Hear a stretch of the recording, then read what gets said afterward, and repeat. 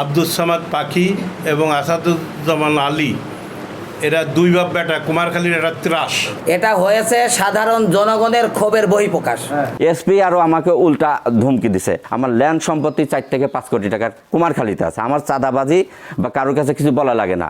অস্ত্র সহ পোস্ট করেছে, সেই পোস্ট আমাদের কাছে আমরা আপনাদের দেব।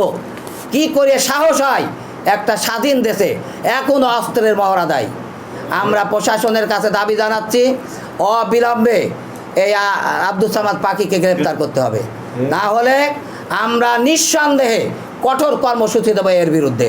এই 1, 2, 3 নম্বরের মানুষগুলো এত অতিষ্ঠ। আপনারা বলেন একজন মহিলা যদি ঝাঁটা নিয়ে ওর বাড়িতে যায় তাহলে এটা কি ক্ষোভের বহিঃপ্রকাশ কিনা? আমি শুনেছি যে কোনো এক মহিলা বটি হাতে করে গেছে ওর বাড়িতে। একজন মহিলা যখন বটি হাতে করে একজনের বাড়িতে হানা দেয় তাহলে তার ক্ষোভ কতখানি ছিল? এটা কোনো রাজনৈতিক দল বা কারুর প্ররোচনায় হয় নাই।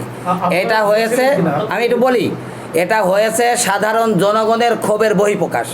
আমাদের দোষারোপ করা হচ্ছে, আমাদের কাউকে ভিডিও ফুটেজ আপনারা পালে আমরা তার বিরুদ্ধে ব্যবস্থা নেব। আমরা ছিলাম না, আমি তখন এই অফিসে ছিলাম, আমার লুৎফর ভাই ছিল, ওসি সাহেবও ছিল এখানে ওসি সাহেবও স্বয়ং বসা ছিল।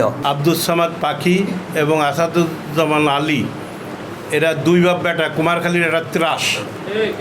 এই দুই বাপ বেটা মিলে আমাদের 2-3 নম্বর ওয়ার্ডের আমাদের বিএনপির যে নেতৃবৃন্দ আছে তাদের হুমকি ধুমকি এবং তারা চাঁদাবাজি করে। এই দুই বাপ বেটা মিলে চাঁদাবাজি করে, বিভিন্ন কথা আমাদের কানে আসছে। তা আমি পুলিশ প্রশাসনকে জানাইছি, পুলিশ প্রশাসনের ঊর্ধ্বতন কর্মকর্তাদের জানাইছি। এর দুই বাপ বেটাকে আটক করে গ্রেপ্তার করে দৃষ্টান্তমূলক শাস্তির দাবি করে আমি আমার কথা শেষ করছি। ও কোন দল করে আমাদের জানা নেই।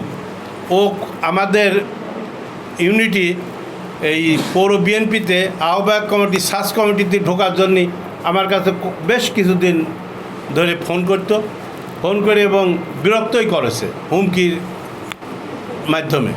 তে ওর সাথে হচ্ছে গিয়ে বিগত দিনের আওয়ামী লীগের মন্ত্রীদের ছবি আছে। শাইনি চুলে এখন হবে সব হেয়ারস্টাইল। সিল্কোর দ্বিগুণ শাইনি চুল প্রতিদিন। সোনা অলংকার টাকা পয়সা আল্লাহর রহমতে যথেষ্ট আছে। আমার ল্যান্ড সম্পত্তি 4 থেকে 5 কোটি টাকার কুমারখালীতে আছে। আমার চাঁদাবাজি বা কারোর কাছে কিছু বলা লাগে না। বিএনপির এমন কয়টা নেতার আছে 3-4 কোটি টাকার ল্যান্ড সম্পত্তি থাকে?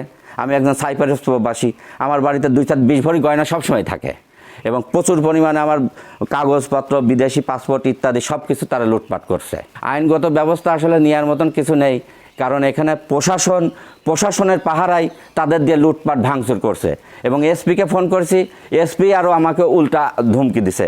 আমি এসপি সহ ওসি সহ এদের বিরুদ্ধে বিভাগীয় তদন্ত চাই।